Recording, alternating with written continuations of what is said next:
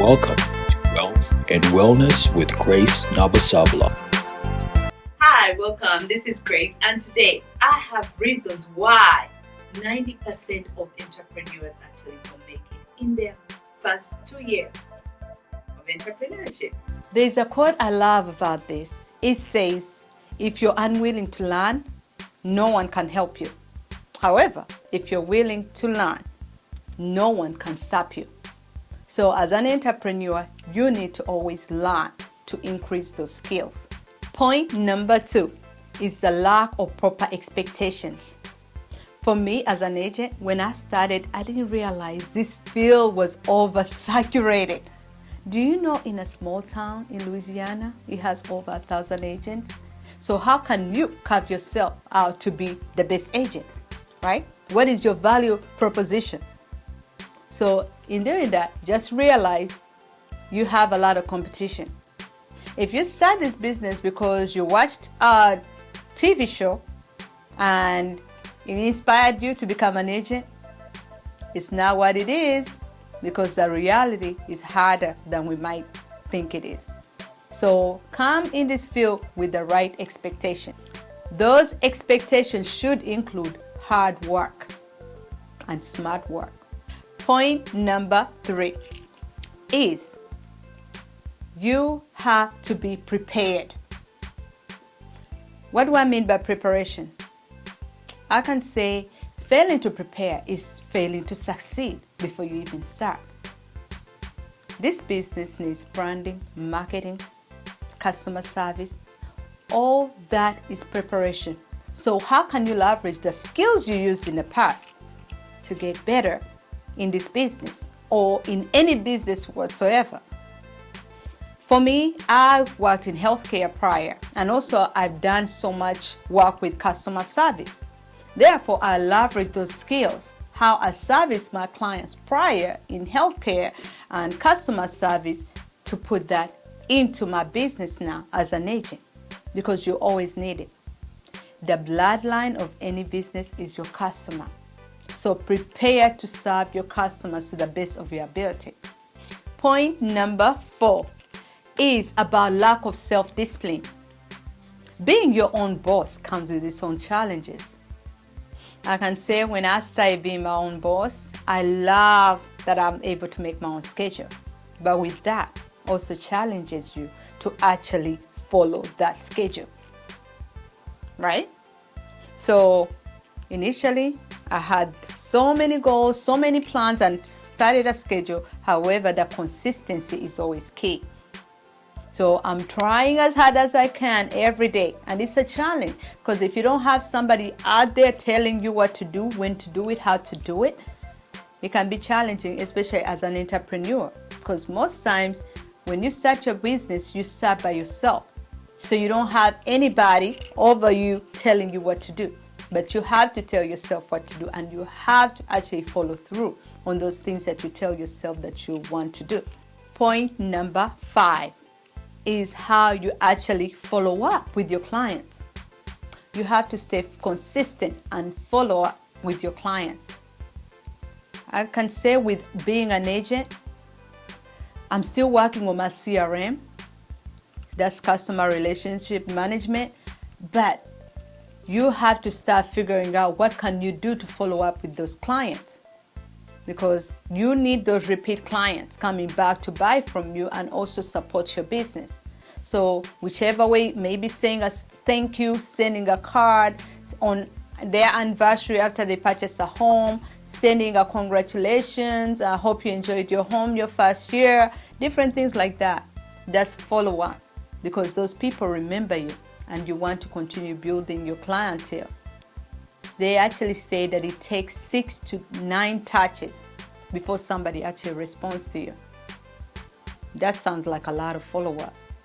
Successful people have actually followed up 6 to 9 times, and that's how they maintain clients and succeed. Point number 6 is patience. Any business needs you to have patience.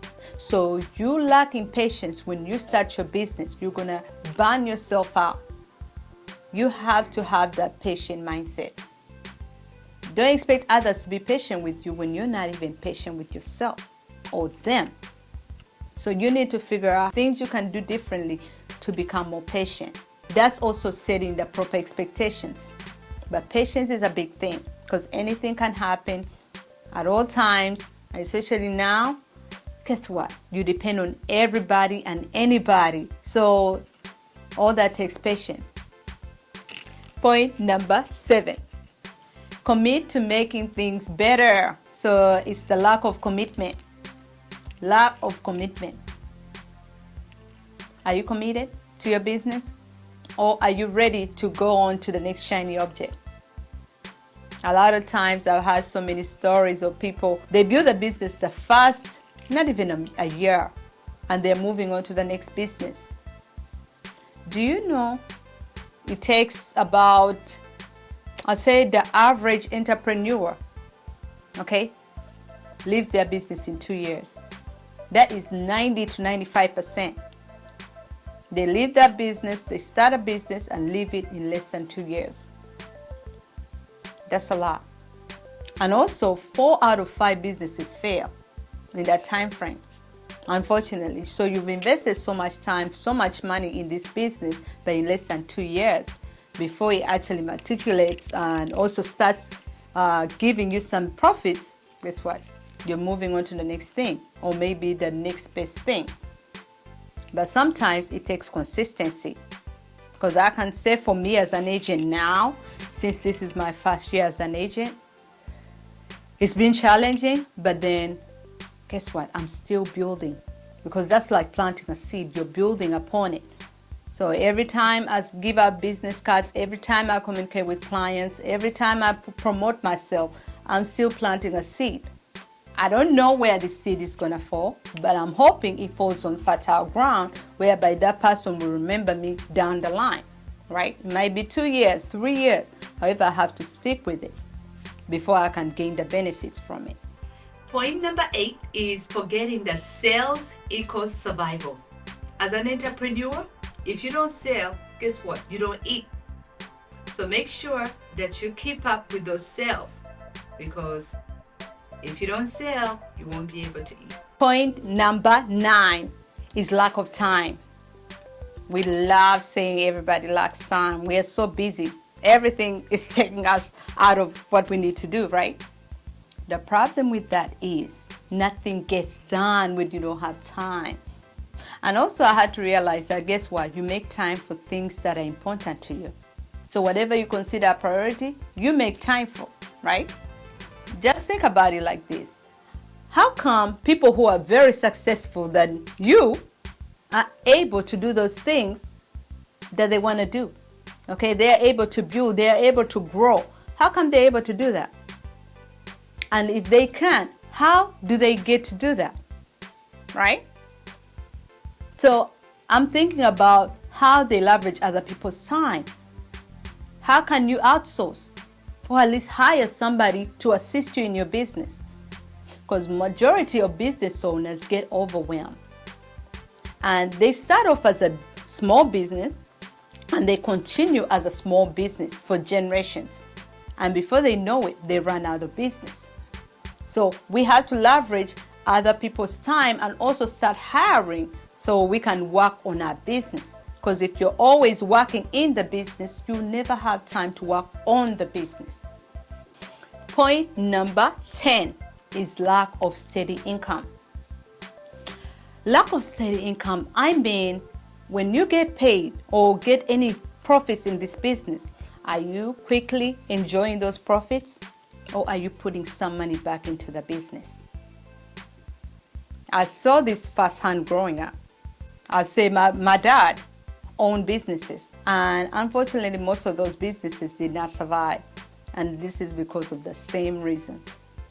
Most of the time, as soon as he would get paid and get the profits from the business, they'll be gone, literally gone. We will never see it again, so we were not investing back into the business. Great successful businesses would end up probably not thriving because we would not reinvest back in the business. So you do different. Start reinvesting back into your business. What can you save? Maybe 10% or 15, ideally they say about 15%, putting it back in the business, especially when you start making some profits. Remember to always put back in your business, and that's what's going to sustain your business. Last but not least, that's point 11. Other than having an accountability partner or partners, okay, have a team of people who can hold you accountable.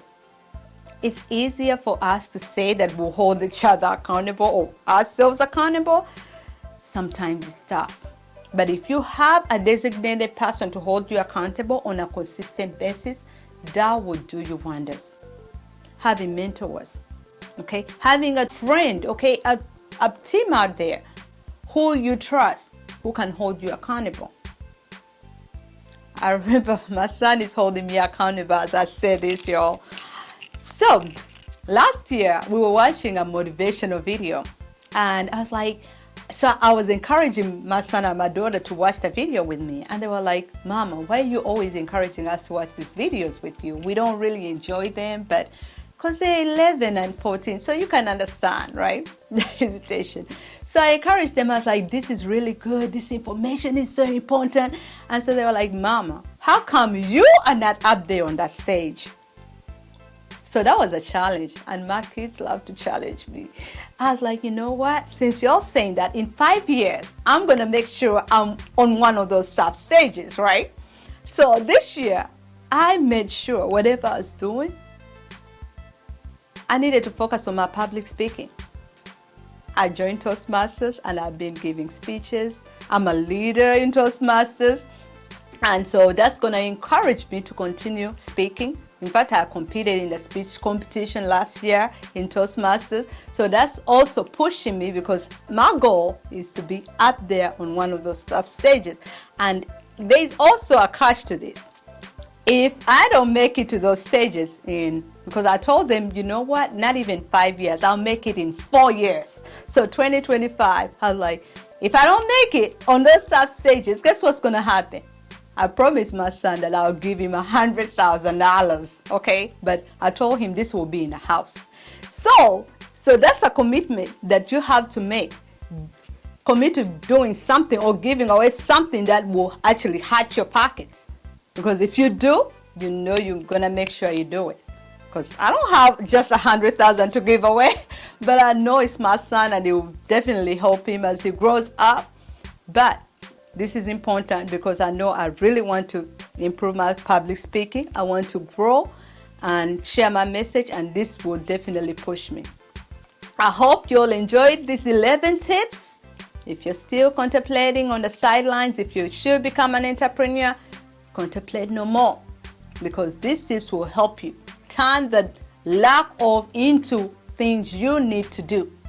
I talked about skills, expectations, preparations, the follow-up, self-discipline, patience, commitment, mindset, leveraging other people's time, steady income, and last but not least was not having an accountability partner.